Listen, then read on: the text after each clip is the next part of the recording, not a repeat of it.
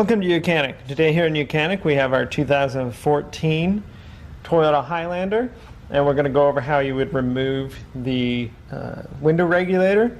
And so to remove the window regulator, we have removed the inner door panel, you've removed the glass window, and you've also removed this. There's a plastic film that goes over here, which is like a weather stripping.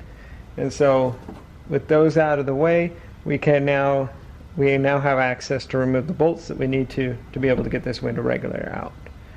So on this Toyota, and on most Toyotas, they're fairly similar, but we'll remove these two bolts here, this bolt, and that bolt completely. So we remove 5 bolts completely. This bolt we just loosen a little bit, and then right here is the electric for the motor itself. So you'll want to undo that electric connector. It connects at the bottom.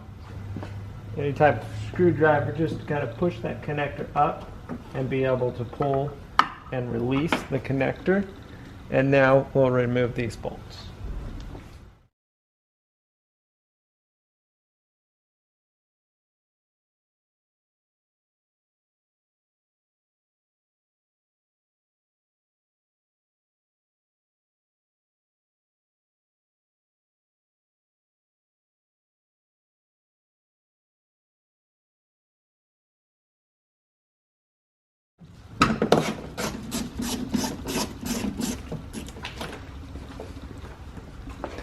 So we've removed the 5 bolts, and then this one we just need to loosen it a little bit,